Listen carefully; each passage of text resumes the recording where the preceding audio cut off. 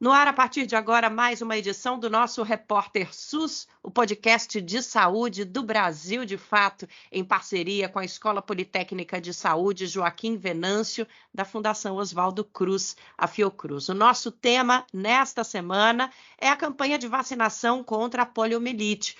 A gente vai conversar com a Sociedade Brasileira de Imunizações sobre esse tema, mas antes de tudo, eu quero cumprimentar a nossa produtora que está sempre com a gente aqui nas nossas entrevistas do Repórter SUS, Juliana Passos. Obrigada pela companhia em mais essa semana. Alvinara, vamos nessa. Vamos nessa, então. A gente convidou o Juarez Cunha, que é diretor da Sociedade Brasileira de Imunizações, para conversar um pouquinho sobre o status, a situação em que o Brasil se encontra hoje em relação às imunizações, especialmente da poliomielite, que é uma imunização que a gente já teve muito sucesso no passado, num espaço de tempo relativamente curto após o início da campanha, e que virou um símbolo. Até o nosso Zé Gotinha vem daí. Então a gente vai entender melhor como é que foi essa história e como é que a gente pode fazer para conseguir novamente chegar a índices de vacinação satisfatórios para a poliomielite aqui no Brasil. Juarez Cunha, obrigada pela participação aqui no Repórter SUS. Olá, Nara e Juliana, é um prazer estar com vocês, participando no Repórter SUS, já participei anteriormente, é sempre um prazer estar com vocês aí, tentando passar os recados e esclarecer para a população sobre um tema tão importante. E hoje a gente tem uma oportunidade mais ampla, porque aí o Repórter SUS mudou de formato e das outras vezes a gente tinha pinceladas, né, das conversas que a gente tinha com o Juarez, que a gente complementava o nosso material. Hoje a gente vai ter um bate-papo completo para entender qual é a importância da imunização e da gente conseguir os índices que a Organização Mundial da Saúde prega para as nações no caso da poliomielite. Dia 9 de junho é Dia Nacional de Imunização e o dia 8 de junho é o dia D para essa campanha em todo o Brasil. As secretarias municipais, estaduais e o Ministério da Saúde, assim como sociedade civil e movimentos populares, vão estar juntos num esforço para que a gente consiga alcançar o maior número de pessoas possível nessa campanha que vai até dia 14 de junho. Mas é claro, não dá para esquecer, quem não conseguir se vacinar pode ir aos postos de saúde a qualquer momento. O Sistema Único de Saúde oferece vacinas para a população a qualquer momento, é só chegar lá no posto. A gente teve, Juarez, uma recuperação parcial da cobertura em 2023, conseguimos chegar a 85%, mas ainda não estamos naquela excelência que a gente já conseguiu apresentar no Brasil por diversas décadas, né? A que fatores a gente pode atribuir esse aumento entre 2022 e 2023 para que a gente possa repeti-lo aí nos próximos anos e continuar nessa curva ascendente, crescendo no nosso índice de imunização contra a poliomielite? A gente ainda tem desafios para aumentar ainda mais esses 85% do ano passado? Bem, Nara, primeiro acho que é importante a gente ressaltar a história, né, que a gente tem, como tu até salientou antes, né? Então nós temos um PNI, um Programa Nacional de Imunizações, que inicia na década de 70, então em 73, que é considerado um programa de sucesso, né, não só no Brasil, como por todo o mundo. E infelizmente a gente observa, em especial a partir de 2015, 2016, uma queda nas coberturas vacinais. Isso não é um fenômeno só no Brasil, isso também é observado em todo o mundo, né? Tanto que em 2019, a própria Organização Mundial de Saúde coloca uma das 10 ameaças à saúde pública mundial, a hesitação vacinal, que depois a gente pode falar um pouquinho mais, levando a baixas coberturas vacinais, né? Então a gente tem uma série de determinantes, uma série de causas, de fatores que têm levado a isso, né? Então, eu acho que esse aspecto da gente conversar um pouco sobre a hesitação é fundamental, porque dentro da hesitação que a gente vai chegar às estratégias que a gente tem para reverter esse processo. É claro que daí em 2020, 2021, em especial por causa da pandemia, mas principalmente não, 2020, né, que num primeiro momento a gente até pedia para que as pessoas não fossem às unidades de saúde, então isso contribuiu a diminuir ainda mais as coberturas vacinais, mas em 2021, quando a gente começa com as vacinas Covid, se imaginava que a gente iria alavancar todas as outras vacinas. E isso acabou não acontecendo, principalmente por um dos determinantes, que é a confiança. A confiança nas vacinas foi muito abalada em 2021. Então, a credibilidade em relação às vacinas Covid, ela foi muito discutida, muito abalada, e isso acabou também abalando a confiança em todo o programa, em todas as vacinas. Isso começa a ser recuperado a partir de 2022 e, em especial, 2023, quando uma série de ações para reverter esse quadro foram feitas, né? Ações que incluem não só a parte de instituições, Ministério da Saúde, Programa Nacional de Imunizações, mas também CONAS, CONASEM, sociedades científicas e a sociedade como um todo. Porque o brasileiro acredita em vacina, sempre acreditou e a gente tem que recuperar isso, né? Então, eu acho que esse aspecto da, da hesitação, porque eu falei um dos Cs da hesitação, a gente tinha 3 Cs lá em 2019, né? O primeiro deles é a complacência, que ele é fundamental até para entender da poliomielite. A complacência, o que que é? A falsa sensação de segurança que as pessoas têm de que doenças que elas nunca viram ou não conhecem, achar que não precisa se vacinar. E a polio é o exemplo clássico disso. O último caso do Brasil é 89, né, 1989. A gente recebe o certificado de eliminação da doença em 94. Então, os adultos jovens, né, então pessoas de 30, 40 anos, nunca viram pólio, né? Daí fica pensando, por que que eu preciso vacinar meu filho se eu nunca vi pólio e se pólio não existe, né? Então, essa é a chamada complacência. Depois a gente vai até falar, porque a pólio continua existindo no mundo. Tem países que são considerados ainda endêmicos, como Paquistão e Afeganistão, né? Claro que os casos de pólio selvagem são muito raros, né? Acho que até abril são 13 casos em 2024, mas a gente tem risco também não só de disseminação da polio selvagem, mas também de um chamado polio derivado vacinal, que é um dos principais acometedores de doença ainda em outros países do mundo, não aqui no Brasil. Mas para a gente evitar isso, a gente precisa ter altas coberturas vacinais e a nossa meta em termos de Brasil é 95%, né? Então, mesmo essa melhoria que a gente teve em 2023, a gente ainda não alcançou a meta. Então, a gente tem que trabalhar muito. Então, a gente falou na complacência. O outro é a conveniência, né, que significa, assim, facilitar a chegada da pessoa às unidades. Então, em geral, as mães que levam, as mães estão trabalhando, então o horário de funcionamento da unidade é fundamental, que seja estendido, porque como é que uma mãe que está trabalhando vai levar seu filho para vacinar se o horário é o mesmo que ela trabalha e o horário de funcionamento das unidades? Então, isso também tem melhorado, né? E entra também aí na conveniência a forma como o próprio profissional de saúde recebe essa pessoa e tem a informação, que depois a gente vai entrar no outro C, que é da comunicação, tem a informação para tirar as dúvidas daquelas pessoas, porque as pessoas, com as mídias sociais, as pessoas estão sendo bombardeadas com informações que nem sempre são totalmente falsas, nem sempre são totalmente verdadeiras, né? Mas o papel do profissional de saúde é fundamental para tirar as dúvidas e receber as pessoas e não criticar porque elas têm dúvidas. Tu tem que ter empatia, tu tem que ter compaixão, tu tem que entender o outro lado para conversar sobre isso. Então, esse é o C da conveniência que eu estou resumindo aqui, né? O C da confiança a gente já falou, mas a confiança não é só no produto, na vacina, na sua eficácia e na sua segurança.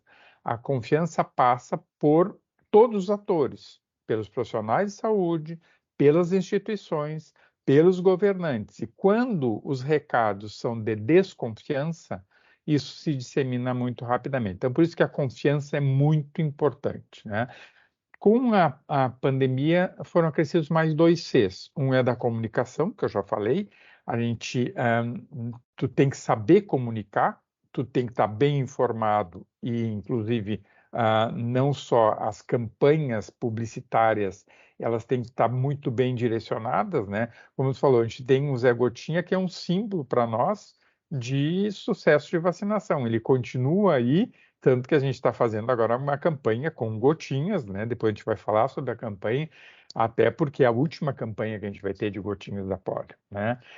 Então, isso eu acho que é uma coisa bem interessante. E o outro é o contexto, então, o quinto C é o contexto, que ele envolve muito a parte toda de vulnerabilidade. Então, em geral, os grupos mais vulneráveis são aqueles que a gente tem mais baixa cobertura vacinal, né? E a gente estava vendo também a parte, por exemplo, porque não adianta só ter cobertura, eu preciso ter homogeneidade vacinal. E essa homogeneidade, se tu for ver, mesmo em capitais, tu vai ter locais numa capital que tu tem 100%, mas em outros tu tem 30%, em geral nos mais vulneráveis, né? Então, em geral, nas populações mais carentes, e em especial, sempre pega, porque a criança sempre é vulnerável. Isso, eu queria entrar nesse ponto já da campanha, né, e falar da mudança de vacinação, que esse ano vai ser o primeiro que o Ministério oferece apenas a vacina injetável. Eu queria entender se existem crianças que receberam só a vacina oral, se tem problema fazer a complementação com esse modelo injetável que não é tão novo, né, já é oferecido há pelo menos 10 anos, que o senhor pudesse detalhar um pouco a diferença entre essas vacinas, a importância dessa mudança. Então, lembrando, assim, as campanhas de polio foram fundamentais. A gente tem campanhas de polio a partir da década de 80. Em um dia, a gente conseguia coberturas vacinais absurdas, né? Claro que era outra realidade, a gente podia vacinar em qualquer praça, em qualquer clube. Eram situações que envolvia muito toda a sociedade, a gente conseguia muito rapidamente alcançar os índices. E naquelas campanhas sempre tinha, né, a Xuxa é um exemplo clássico, né? A Xuxa fazendo campanha para vacinação, isso levava a uma credibilidade, levava o recado à população naquela época a Xuxa era um ícone, né? E continua sendo, mas era um ícone para toda a população. Bem, mas o que a gente tem então, Juliana, assim, dessa nova campanha?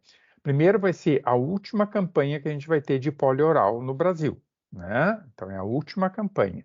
Por que isso? Porque tem uma recomendação da Organização Mundial de Saúde que todos os países migrem dentro do possível para cada país para vacinas inativadas, que a gente já faz no Brasil as 3 primeiras doses no primeiro ano de vida de vacinas inativadas. A gente faz os reforços de polio oral depois de um ano, tem uma com 1 ano e 3 meses e a outra com 4 anos. A gente vai ter uma migração dessas duas de polio oral para uma vacina inativada, né? Então, a gente vai ter 3 doses de inativada e um reforço de inativada. Quem é que pode receber a vacina polio oral nessa campanha? Só crianças entre 1 e menor de 5, desde que tenham feito as 3 doses da inativada anteriormente. Se uma criança, e a gente tem muita criança pela própria cobertura vacinal atrasada, né, ela não pode receber a polio oral se não tiver completado as 3 de inativada. Então, se uma criança, por acaso, chegar com 1 ano e meio e não tem nenhuma vacina, ela vai ter que iniciar o esquema com polio inativada, que vai fazer parte também da campanha, né? Mas ela não pode receber a polio oral. Se ela recebeu só uma, ela tem que receber as outras 2. Se recebeu 2, tem que fazer a terceira e daí aprazar a dose de reforço. A vacina inativada é a vacina injetável e Isso, nova. injetável. Isso, que A se chama antídoto VIP, né? atenuado é aquela antiga de via oral. Isso, via oral. A gente acaba falando das coisas que acha que todo mundo entende. Esse é um dos grandes problemas da informação e da comunicação, né? Então, a vacina oral da poliomielite é a de gotinha, que é uma vacina atenuada. A VIP, que é a vacina inativada da polio, é a vacina injetável, que atualmente é aplicada aos 2, 4, 6 meses de idade, né? Então, a gente vai passar a ter essa inativada como reforço no segundo semestre, depois dessa campanha. Quando terminar essa campanha, o Ministério já anunciou isso no ano passado, no final do ano passado, mas já colocou no próprio manual da campanha desse ano que os municípios posteriormente à campanha, serão informados de como vai funcionar esse esquema de migração, de suspender a oral para inativar. E voltando, assim, por que que a gente vai fazer isso? Porque aqueles casos que a gente está vendo em outros países, principalmente na África, que são casos de pólio derivado vacinal, eles acontecem porque a gente ainda está usando a vacina oral atenuada, né? Então, por isso que, dentro da estratégia da Organização Mundial de Saúde, todos os países vão ter que migrar em algum momento para todo o esquema de inativado, né? Então, isso que vai acontecer em algum momento em escala global. O Brasil já tinha começado com o esquema de 3 doses, começou com 2, depois passou para 3 e agora vai passar para 3 mais o reforço.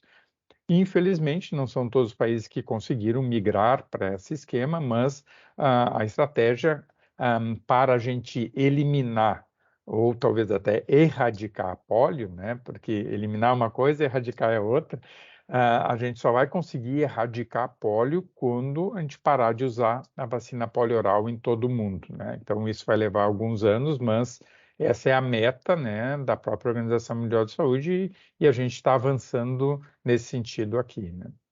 Só para a gente fazer um paralelo, a gente quer chegar a 95% de imunização novamente. Lá atrás, a gente conseguiu, num contexto de muito menos canais de informação, uma população, inclusive, com menos acesso à educação formal, e a gente conseguiu. Aquele exemplo lá de trás dá para ser aplicado para a gente chegar aos nossos 95% hoje, Juarez, depois dessa onda de negacionismo, de mentiras sobre a ciência, sobre as vacinas, temos condições de reverter esse cenário e ter aquele sucesso lá do fim da década de 80 novamente?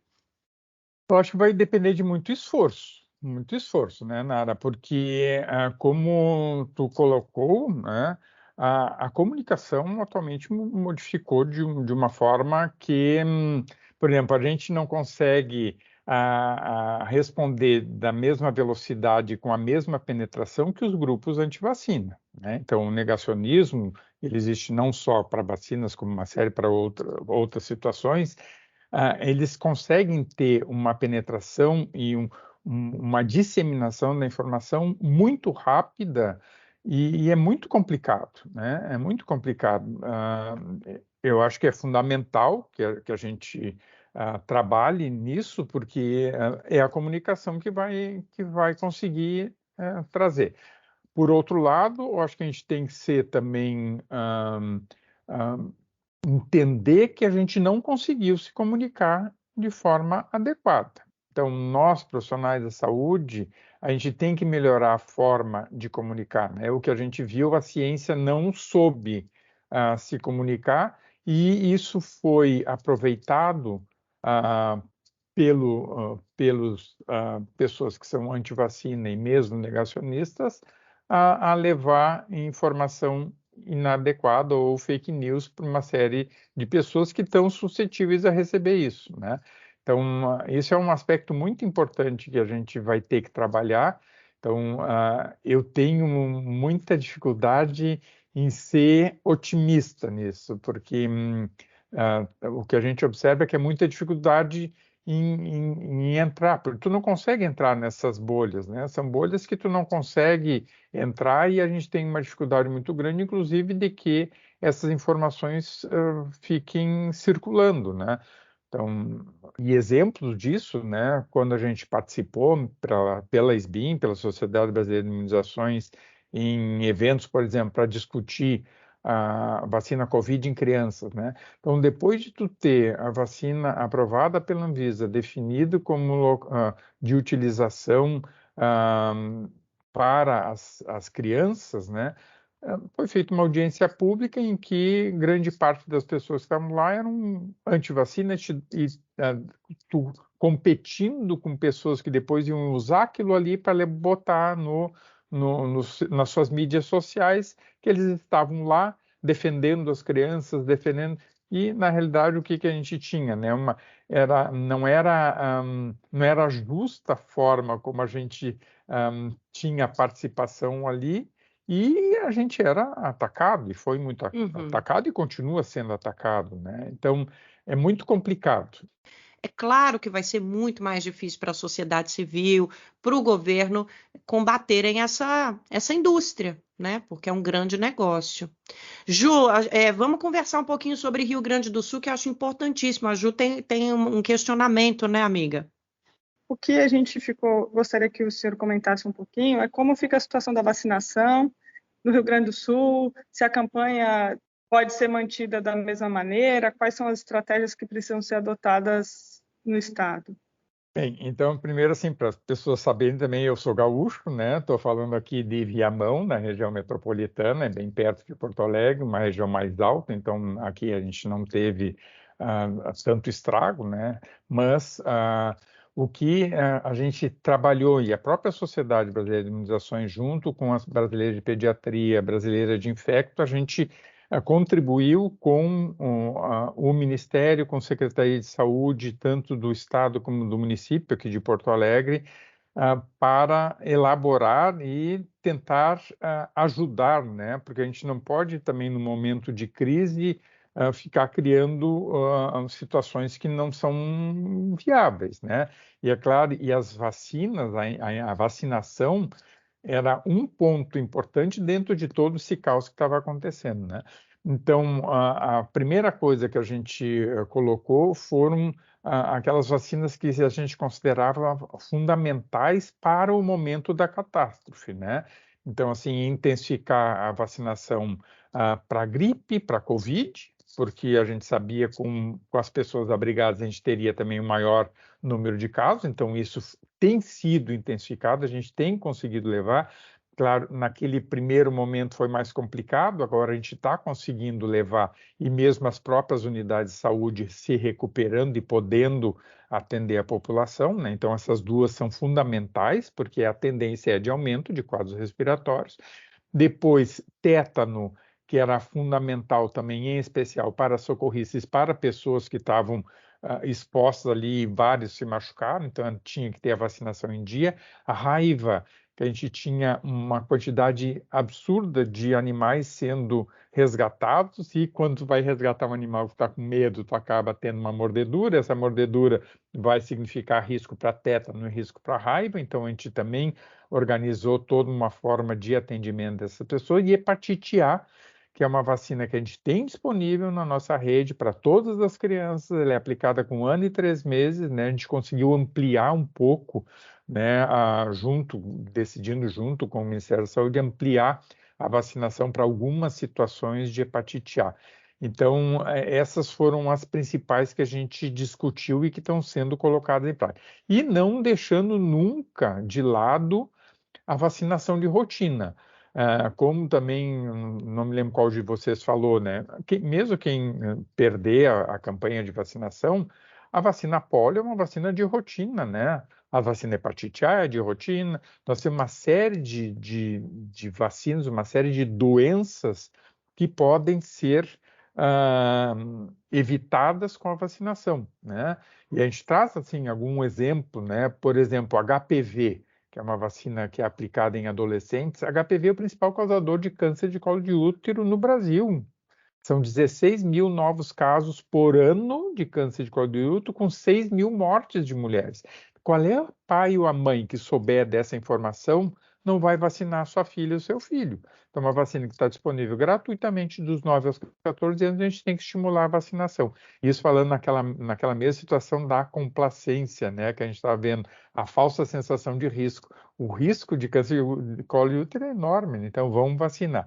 Então, essas vacinas de rotina a gente tem estimulado. Claro, nós temos municípios que perderam absolutamente tudo. Por exemplo, Eldorado do Sul é uma cidade que ficou 95% alagada. Aqui em Porto Alegre, o centro de imunizações conseguiu transferir, porque foi alagado, né, na vigilância, mas conseguiu transferir todas as vacinas da rede de frio, que faz parte lá onde o estoque do município.